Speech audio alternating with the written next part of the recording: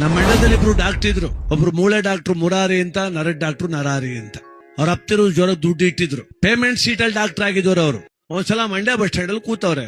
ಒಬ್ಬ ಪಾಪ ಕುಂಟ್ಕೊಂಡ್ ಕಾಲ್ ಎಳಕಂಬ ಬತ್ತವ್ನೆ. ಈ ಮೂಳೆ ಡಾಕ್ಟ್ರು ನರ ಡಾಕ್ಟರ್ ಇಬ್ರು ಕೂತ್ಕೊಂಡ್ ಮಾತಾಡ್ತಾವ್ರೆ.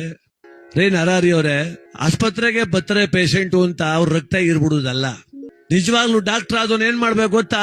ಕಣ್ಣಲ್ಲಿ ನೋಡಿ ಕಾಯಿಲೆ ಕಂಡು ಹಿಡಿಬೇಕು ಅಂತ. ಸುಮ್ಮನೆ ಕೂತ್ಕಯ, ಏನ್ ಕಣ್ಣಲ್ಲಿ ನೋಡ್ಬಿಟ್ಟು ಅದ್ ಹೆಂಗ್ ಕಂಡು ಹಿಡಿದ್ಬಿಟ್ಟಿ ನೀನು ಅಂದ. ನಾನ್ ಕಂಡು ಹಿಡಿತೀನಿ, ನಿನ್ ಕೈಲಿ ಆಗ್ತಾರ ನಾನ್ ಕಂಡು ಹಿಡಿತೀನಿ. ಹೆಂಗ್ ಕಂಡು ಹಿಡಿತೀಯ ಅಂದ.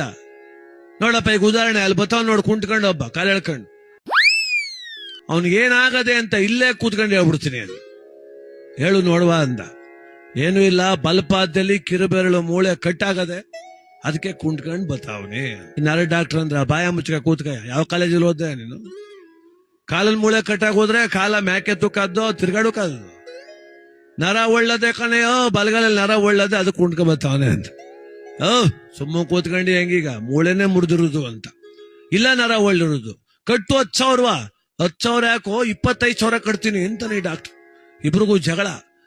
ನೀನೇನ್ ಸರಿಯಾ ಇಬ್ರು ಕುತ್ಕಪಟ್ಟಿ ಹಿಡ್ಕೊಬಿಟ್ರು, ರೌಡಿಗಳು ಹಿಡ್ಕೊಂಡಂಗ. ಒಡಿಕೆ ಹೋಯ್ತವ್ರೆ. ಅವನು ಪಾಪ ಕುಂಟ್ಕೊಂಡು ಏನೋ ಜಗಳ ನಡೀತದೆ ಅಂತ ಇವ್ರ ಮಧ್ಯಕ್ಕೆ ಬಂದು ನಿಂತುಬಿಟ್ಟ. ಮೂಳೆ ಡಾಕ್ಟರ್ ಹೇಳಿದ್ರು, ಬಾಯಲ್ಲಿ ನಿನ್ನಿಂದ ಜಗಳ ಆಯ್ತದ. ಈಗ ಇಲ್ಲಿ ಸಮಸ್ಯೆ ಪರಿಹಾರ ಬೇಕಾದ್ರೆ ನೀನ್ ಹೇಳ್ಬೇಕು. ನಿನಗೆ ಮೂಳೆ ಕಟ್ಟಾಗದೆ ಅಂತ ನಾನು, ಈ ಮೂರ್ಖ ಹೇಳ್ತಾನೆ ನರ ಒಳ್ಳದೆ ಅಂತ. ಸತ್ಯ ಆಗ್ಬಿಟ್ಟು ನೀನೀಗ ನಿಂಗ್ ಮೂಳೆ ತಾನೇ ಮುರಿದೋಗಿರೋದು. ಅಯ್ಯೋ ಕಿತ್ತೋದ್ ನನ್ನ ಮಕ್ಕಳ ಚಪ್ಲಿ ಕಿತ್ತೋಗಿದ್ದು ಕಣಪ್ಪ, ಅದಕ್ಕೆ ನಾ ಕಾಲೆಳಕ ಬಂದೆ ಅಲ್ಲಿಂದ.